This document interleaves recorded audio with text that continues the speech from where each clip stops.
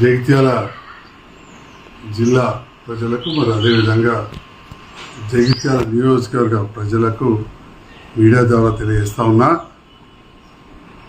ఈరోజు గౌరవ ముఖ్యమంత్రి గారి చైర్మన్గా అదేవిధంగా నీటిపారుదల శాఖ మంత్రి గారు ఉత్తమ్ కుమార్ రెడ్డి గారు, గౌరవ మంత్రివర్యులు లక్ష్మణ్ కుమార్ గారు జగిత్యాల జిల్లా కేంద్రానికి సంబంధించి కేంద్రీయ విద్యాలయం ఏదైతే మంజూరైందో ఆ కేంద్రీయ విద్యాలయానికి చలిగల్ ఫామ్లో నిజామాబాద్ రోడ్లో అత్యంత ఖరీదైన స్థలం 2 ఎకరాలు మంజూరు చేయడం జరిగింది. దాంతో పాటుగా young India integrated residential school దాంట్లో 2500 మంది విద్యార్థులు చదివే పాఠశాలకు 10 ఎకరాలు మంజూరు చేయడం జరిగింది.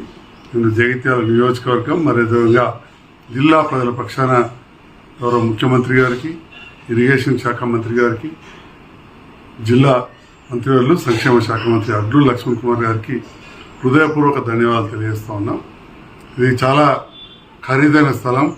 దాంతో పాటుగా వాలంటరీ చలిగల్ ఫామ్ అని మనం పిలుస్తాం, దాన్ని వాలంటరీ అంటారు. వాలంటరీ అనేది ఒక ఆటోనమస్ బాడీ, స్వయం ప్రతిపత్తి గల బాడీ. దానికి ఒక వేరే డైరెక్టర్ జనరల్ ఇవన్నీ కూడా ఉంటారు. వాస్తవానికి ఇది వ్యవసాయం అదేవిధంగా నీటికి సంబంధించి పరిశోధనల కోసం రైతుల నుంచి సేకరించిన స్థలం. దీన్ని రైతుల కోసమే వాడాలి.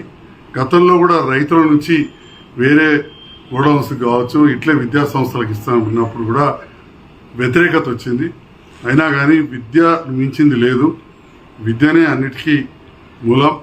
కాబట్టి అలాంటి విద్యా సంస్థ కేంద్రీయ విద్యాలయం కేంద్ర ప్రభుత్వం మంజూరు చేసే సందర్భంలో మన ఎంపీ గారు కూడా గతంలో కోరారు.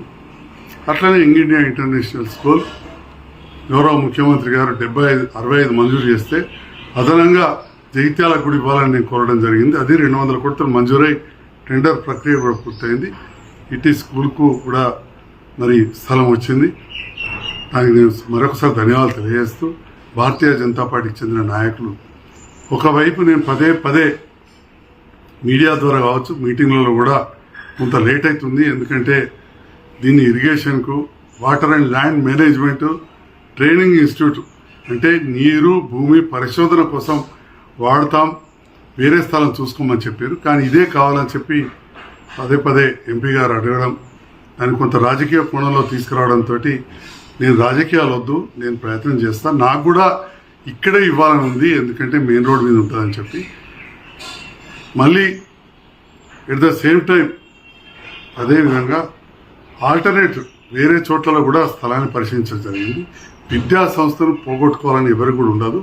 ప్రజల మెప్పుతోటి గెలిచినాం. నేను ఆ భారతీయ జనతా పార్టీ నాయకులు మాట్లాడిన భాష నేను మాట్లాడలేను. కానీ ఈ సందర్భంలో జగిత్యాల ప్రజలకైతే తెలియజేస్తా ఉన్నా, ఈ 2 సంస్థలకు కూడా 12 ఎకరాల స్థలం అత్యంత విలువైనది వచ్చింది.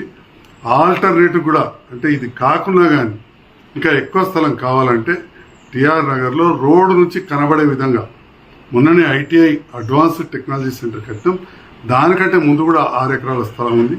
పక్కనే కూడా దాదాపు ఒక 30-40 ఎకరాల స్థలం ఉంది. అక్కడ కూడా ఇచ్చే అవకాశం ఉన్నది. ఇప్పుడైతే ఇమ్మీడియట్గా గవర్నమెంట్ ఇక్కడ ఇచ్చింది. నేను కేంద్రీయ విద్యాలయ సంస్థకు కలెక్టర్ గారి ద్వారా లెటర్ పెట్టిస్తా. ఇమ్మీడియట్గా 2 ఎకరాలు వాళ్ళు వస్తే పొజిషన్ ఇస్తారు. వారు ఎంత త్వరగా అయితే త్వరగా ప్రారంభించుకోవచ్చు. అదేవిధంగా 10 ఎకరాలు ఇంటిగ్రేటెడ్ రెసిడెన్షియల్ స్కూల్ ఉన్నది. దానికి కూడా ఇప్పుడు ఒక ఎండీని ఏర్పాటు చేసి గణపతి రెడ్డి గారి నేతృత్వంలో జరుగుతూ ఉన్నది. వారికి కూడా ఇస్తాం. ఇది బిల్డింగ్లకు సరిపోతుంది. తర్వాత ఏదైనా ప్లే గ్రౌండ్స్ ఆట స్థలాలకు వాటికి మళ్ళీ కూడా ప్రయత్నం చేసి నేను ల్యాండ్ ఇప్పిస్తా అని చెప్పి కూడా తెలియజేస్తా ఉన్నా. దీన్ని రాజకీయ కోణంలో చూడొద్దు. విద్యార్థులకు విద్యను అందించే విధంగా విద్యా సంస్థలు వచ్చినప్పుడు ఉపయోగించుకోవాలని చెప్పి నేను ఈ సందర్భంగా వివిధ రాజకీయ పార్టీలను